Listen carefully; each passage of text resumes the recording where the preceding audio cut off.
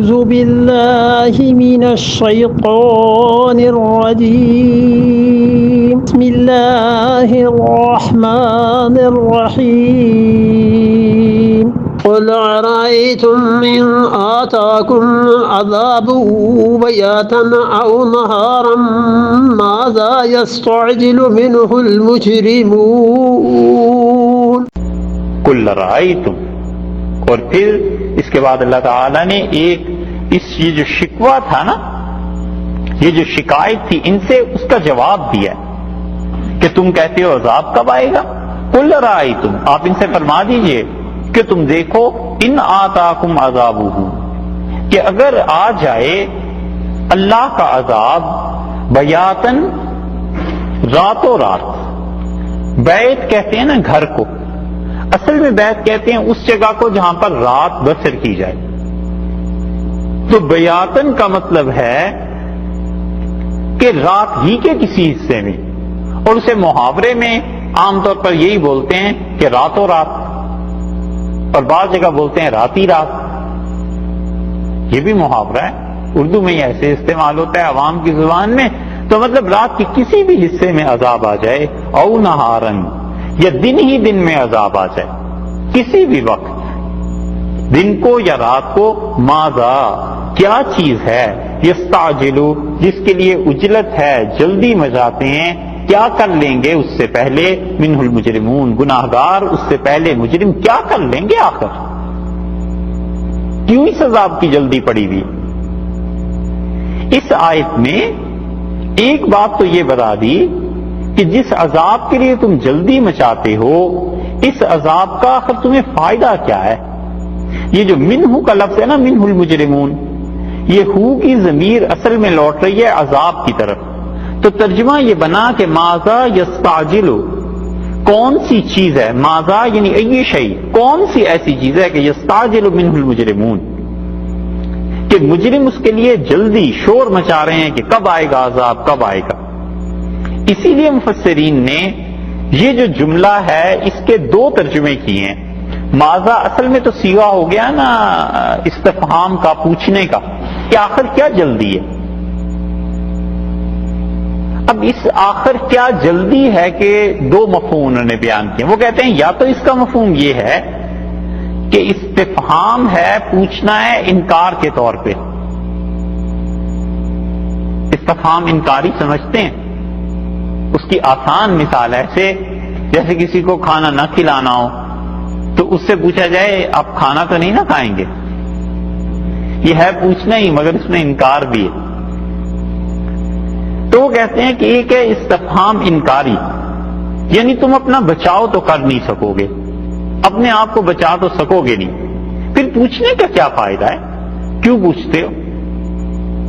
اور ایک دوسری تفسیر اس کی یہ کی گئی ہے کہ یہ استفہام برائے تعجب ہے، یعنی عجیب چیز کے متعلق سوال کیا جا رہا ہے. تو مطلب یہ کہ کیسی عجیب بات ہے، کیسی خوفناک چیز کے متعلق پوچھ رہے ہو، تعجب ہے، حیرت ہے، کیسی چیز کے متعلق دریافت کر رہے ہیں. تو دونوں ترجمے یا دونوں تشریحات اس کی گئی ہیں کہ ماذا یستعجل منہ المجرمون، آخر یہ جو عذاب ہے اس کے لیے کیوں شور مچا رہے ہیں، کیا کر لیں گے اس کے آنے سے پہلے پہلے، تم کیا کر لو گے، کیسے روک لو گے اسے.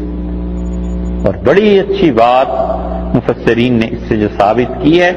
وہ کہتے ہیں یہ دلیل ہے اس بات کی کہ آدمی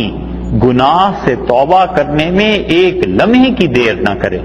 اور نیکی کا کام جب سامنے آ جائے تو بالکل فوراً نیکی کر لے انسان. کیونکہ اللہ نے بتایا ہے کہ خدا کا عذاب راتوں رات بھی آ سکتا ہے، خدا کا عذاب کسی وقت بھی دن کو آ سکتا ہے. تو آخر تمہیں شور کیوں مچا رہے، جلدی کی کاہے کی ہے، کسی بھی وقت ہو سکتا ہے. تو وہ کہتے ہیں اس کا مطلب یہ ہے کہ آدمی جب نیکی کرنا ہو تو پھر فوری طور پر نیکی کرے، اور گناہ، معصیت، خدا کی نافرمانی، اس سے فوری طور پر توبہ کر لے، پتہ نہیں کب آ جائے خدا کا عذاب. اللہ کی نافرمانی کا حال یہی، عین گناہ کی حالت میں بھی اللہ کی یاد آ جائے تو صحیح بات یہ ہے کہ آدمی توبہ کرے، اللہ سے معافی مانگے. کیونکہ گناہ ایسے ہوتے ہیں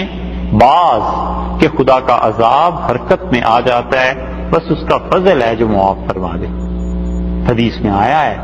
رسول اللہ صلی اللہ علیہ وسلم نے 2 گناہوں کے متعلق فرمایا کہ وہ جو کوئی آدمی کرتا ہے تو اس کا ایمان اس کے دل میں نہیں رہتا، اور حدیث میں آتا ہے اس کا ایمان اس کے دل سے نکل کے اس کے سر پہ آ جاتا ہے، یعنی وہ اتنی شدید چیز ہے، خدا کو اتنی اس پہ غیرت آتی ہے، ایسا غضب خدا کا آ سکتا ہے کہ اس نے یہ حرکت کی آخر کیوں۔ ایک زنا کے متعلق فرمایا کہ اللہ کا سب سے بڑا حق جس گناہ سے ضائع ہوتا ہے وہ زنا،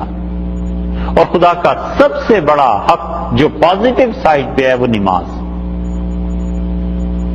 اور نیگیٹو سائڈ میں گناہ کی سائڈ میں سب سے بڑا گناہ۔ رسول اللہ صلی اللہ علیہ وسلم، مومن آدمی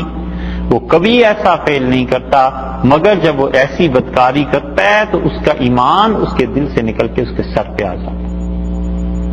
اور دوسری چیز بھی بدترین ارشاد فرمائی، چوری۔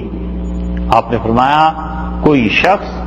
جو چوری کرتا ہے، ظاہر ہے کہ حقوق العباد میں بدترین چیز ہے کسی کا مال، کسی کی کوئی چیز چرا لینا،